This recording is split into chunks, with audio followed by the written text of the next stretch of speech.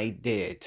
I did the what I didn't want to do, but I kind of wanted to at the same time. Watching Madam Web and reviewing it. It's interesting because because initially I was considering watching the theater, but when I looked at the reviews, I kind of changed my mind, and even then I did not plan on seeing it.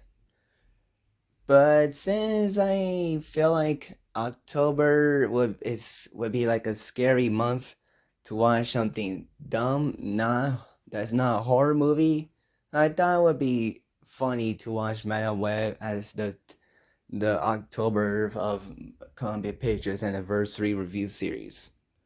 Um, and watching this now, after months of not watching it, watching several reviews, um, it's still a bad movie. For Before I give you how bad is it, I'll give you two praises for me. I thought visually the film looks stylish. Honestly, there are some moments in this movie where the lighting and the colors are are kind of look unique and and kind of look cool. Honestly, there's a lot of like colors and the back and throughout New York and the colors throughout the film that makes the film look stylish, and honestly it looks really cool. I'm not gonna lie, it really does. I really thought the film looked very unique, especially with the visions of that Cassandra Webb was having in this film. It looked pretty interesting, especially in the scene where she reunites with her mother while she was traveling to Peru. It looked visually, it looked decent. I also thought the costumes of the three Spider Woman, while looked cheap, it doesn't look that bad to me. Probably because I'm familiar with these characters, and so I know that they look quite accurate, even though their costumes barely have no point in the film, except for being like the reason why Ezekiel wants after them, because the quote unquote future, they're gonna kill him. And then later they become the three Spider Women out of nowhere at the end, where they save the world and team up with Madam Web and their classic costume, which does look okay. So the costumes in this, physically the main characters, doesn't look too bad, even though they have barely had anything to do with the film itself. Um, but let's get to the probably three biggest issues with the film. One, the acting. Dakota Johnson really didn't want to be in this movie. Especially since there's a lot of lines throughout the film where she really feels like she knew that these lines would not work and was trying so hard to get to do it. But because of the script, it doesn't work, especially throughout in the guessing game scene, as well as the like when she gets introduced. Her acting is off-putting, and Sydney Sweeney, as well as Emma said, and the other girl from that the three that Madam Web are protecting, their acting are kind of off too. It feels like they had a hard time memorizing the lines, and they kind of do, or they thought the script was also terrible and really knew that this wouldn't work out.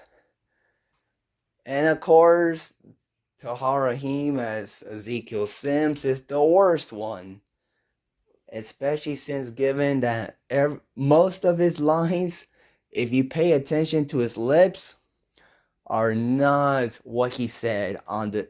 You can tell that a lot of the lines that he's saying are pretty much not what he said on set.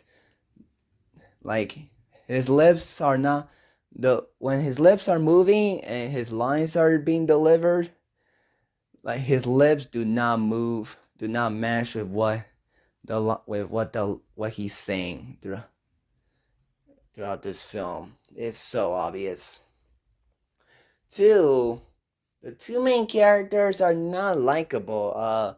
Cassandra Webb is kind of like a jerk, like, because she didn't care about protecting the three future Spider Woman, even though she's supposed to be a pharmacist.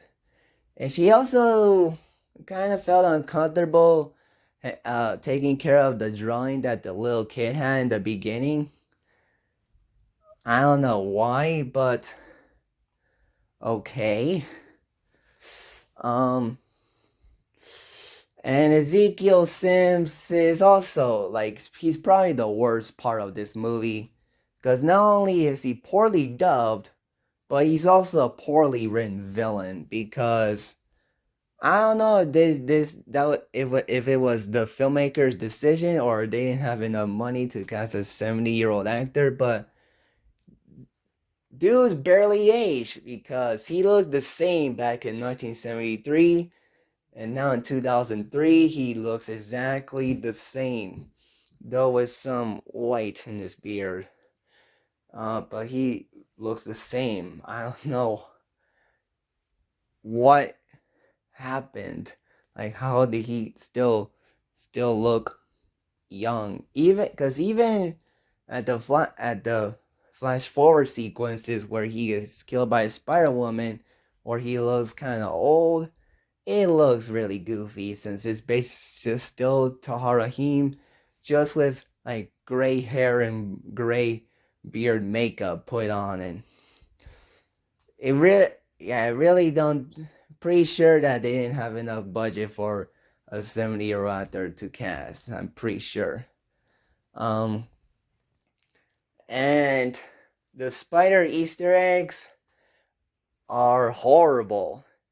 It feels like they kind of have like a copyright for Spider-Man because of Marvel Studios, because there are so many Spider-Man Easter eggs that they don't really want to reference. Like they're like in the opening, like in the first scenes, we have Ben Parker. Yeah, Ben Parker, Uncle Ben, and he says, "I found someone. I like her."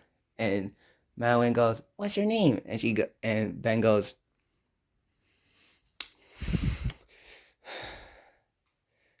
obviously kind of hinting at Aunt May, but for whatever reason they didn't say the name for whatever reason.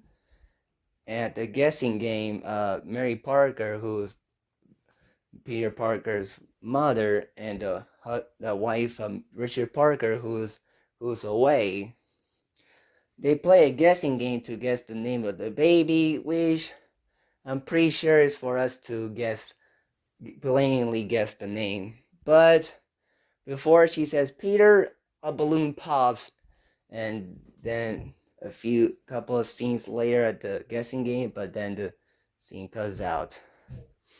What an Easter egg! And also, probably the worst example is when the dude that was helping Cassandra Webb's mother right before she died to get her baby born. When she helps Cassandra Webb get her powers, he says, "When you take on the responsibility, great power will come." Sony, why did you do that? Or writers, why did you do that? Why did you make what probably the most important line in Spider-Man and turn it into something else? Did you have a copyright for it? I really want to know. But yeah. And also, as Moist Critical pointed out at his review, there are no real action sequences. Every single scene that sort of kind of feels like one is not really an action. They don't do pow pow or do fight each other. They don't fight Ezekiel at any point in the film. They just run away from Ezekiel and do some fireworks and get later the middle P from the Pepsi sign. actually kills Ezekiel Sims, which some of the fireworks explosions also caused Mayweather to be blind. Also, by the way, so yeah, those quote unquote action sequences are not very good. This movie feels more like a thriller than it is a superhero movie. Also, why they didn't make a Wild Wet movie? Because there's no comic book series, solo comic book series about her. So why they do that? Other than money, of course. But yeah. So even if someone who has seen the reviews of this movie, it's still obviously a terrible movie, a very terrible movie.